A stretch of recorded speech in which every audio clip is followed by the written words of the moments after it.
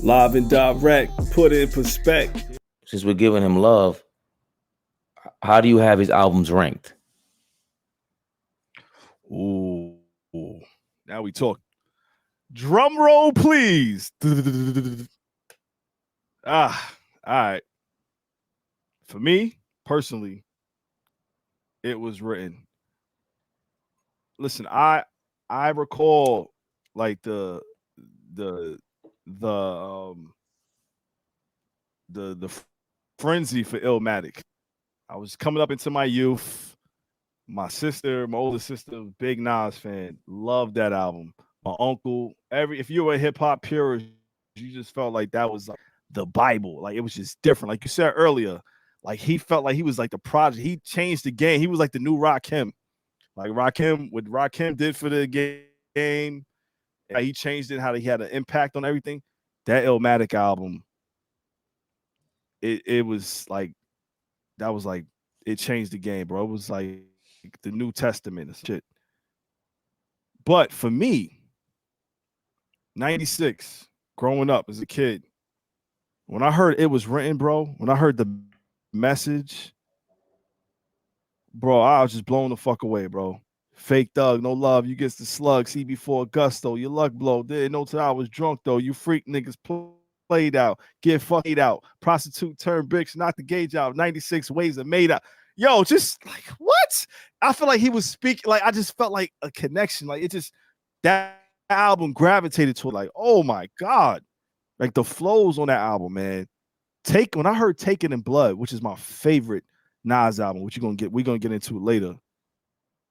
Taken in Blood, the feeling I get when I recite those lyrics, when I'm in the car, in the whip, or I'm in the house and I'm blasting that, it takes me to a different place. And there's just certain records that give you that feel. And me and you had this conversation over here. It's just certain records, like it's just like, yo, bro, when you hear that record, like that makes you feel different.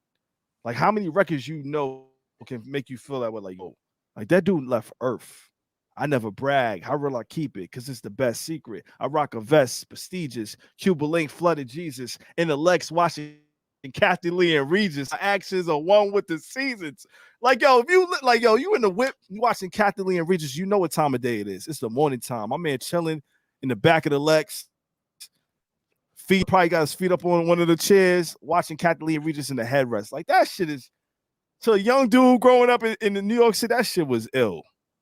It's a lot, yo, bro. That whole album, like to me, I just felt like he just, like, it was just, I feel like he elevated from Illmatic. Like Illmatic, he said some crazy shit, but to me, he was just in a different zone. Shootouts. I gave you power. Like what? I gave you power. Come on, man. The setup, all like, bro. Nas left Earth. And I hate this song on the album. Nas is coming joint, murdered that. Lyrically, he bodied that. I hate that Dre beat, but he bodied that shit. And of course, you can't go without if I ruled the world. Like, man, if I break those verses down, like those are that record alone is a timeless record. But man, it's just so much to unpack on that album, bro. So I think the conversation, because there's people that, like, I think Bomani Jones always says it. He doesn't understand when did this thing come up when It Was Written was known to be a favorite or more favored than Illmatic, especially by New York dudes. And it primarily had to do with what we just talked about earlier. We were so focused on the authenticity of whoever the fuck at the time. But then as it aged like wine for a lot of New York people, because I disagree in a sense. Not in a sense. I still got Illmatic number one. But you still gotta you're explaining in great fashion why It Was Written was like, ooh, this was the level up from Illmatic. It was, he graduated that kid in the project window to Nas Escobar. You know what I'm saying? Like it was just like, all right, I can't be that same dude with the fatigue and the 40 belows. I can't be that dude on the park bench. I'm pushing that Lex now. Cuban link chains. Like, yo, it's just a different feel, man. My haircut is crisp. My Caesar is crisp. My part is crisp. Like, it's a different feel. I got money now. Like, I graduated, bro. Like, I'm a grown man now, son. Yo, listen, it was just, yo, that album just felt different. Like, even the album cover, it tells, is basically, it's going from, all right, that kid on Illmatic, the child on Illmatic, the kid in the projects. Now, young dude, I'm in my time getting money. I'm out here now. Like, I'm established. My feet is grounded. My cipher is finally complete. It was written. This shit is written.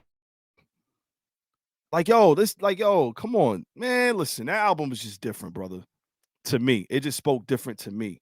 And I feel like you said, it aged better with Juan over time. Like, I just don't, I would never put Illmatic above It Was Written for me. I'm past that point. So, all right.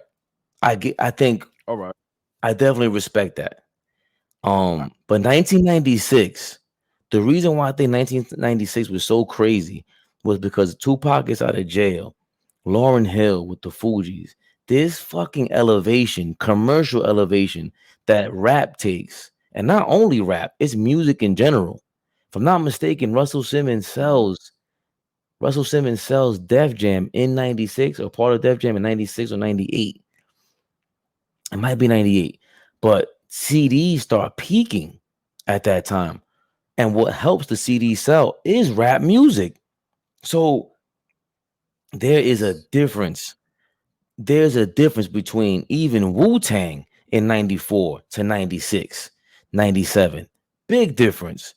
There's a difference between, you can kind of sense it on, like, Biggie and Puff had their own little transformation during Ready to Die. You can hear the different production quality and really the commercialization of Biggie, of Big. So for me though, what we forgot to mention about Illmatic, or we didn't forget, is he introduced having multiple super producers on one album. Yeah, I mean, yo, at this point, I mean, we know. Listen, the way Illmatic is broken down, decoded, and celebrated, even Nas tired of it. He said that. He said he wish brothers would stop like asking for a new Illmatic. Yeah, he said drink champs. Yo, bro, listen, I was fortunate enough to see Nas perform the 20th anniversary.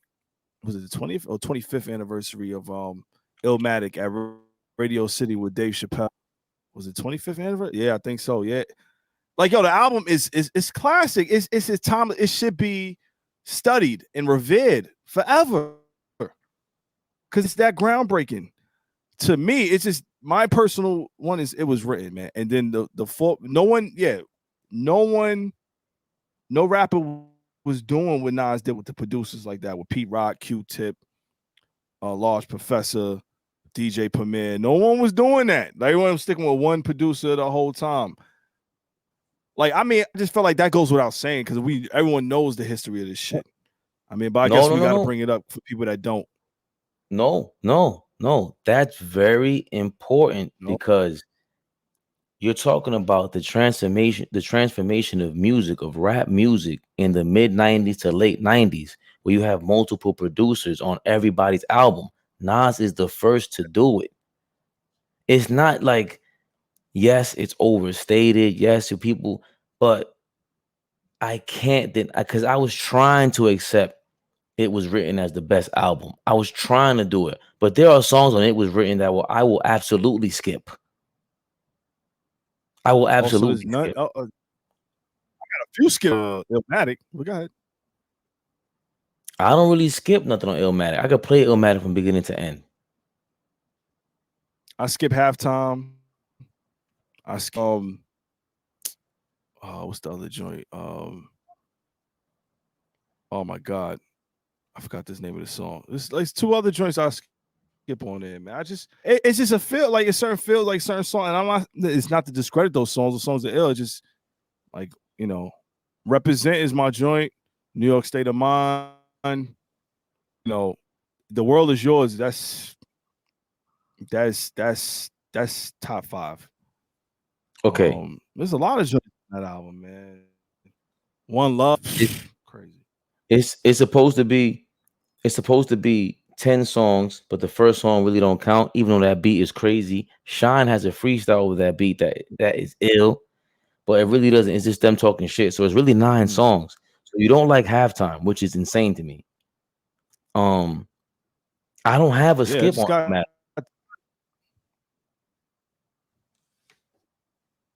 Yeah, I skip Halftime, man. What else is on there? Go say the track list. Go through the track list. The Genesis. It's a bitch. That's Genesis is the intro. The Genesis. Life's a bitch.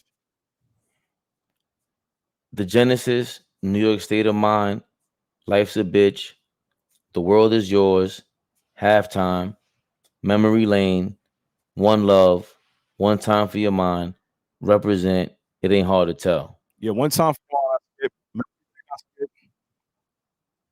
I skip Memory Lane now. One time for Your Mind, I skip. Yes. You skip One Time for Your Mind. You skip One Time for Your Mind. And I'm only repeating this because it's kind of like it's breaking up. One Time for Your Mind, Memory Lane, and Halftime you skip. Yes. So 3 out of those 9. I don't skip any of those. Me personally. I love everything about it. I love everything about it.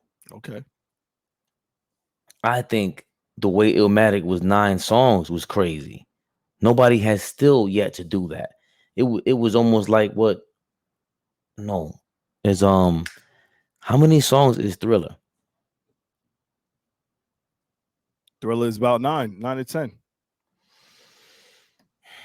Yo, it's just even like sometimes that shit ain't Thriller. People say it's rap's Thriller, probably. It's not gonna be Thriller because there's not 10 commercial songs.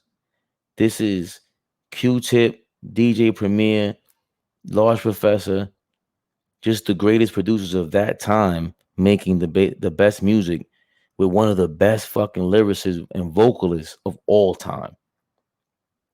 It's never been done before, and it's never been done since. It hasn't been done since. Okay. And I just have it. I have it as number 1. Yes. It was written. I think you broke down. It was written as beautifully as possible. But I just think Illmatic, because we have our top 2. We're gonna nobody can argue that Illmatic. It was written however you have it, whatever order. Yeah. You still have those 2 as the top 2 NaS albums. So what do you have as 3, 4, and 5? I think.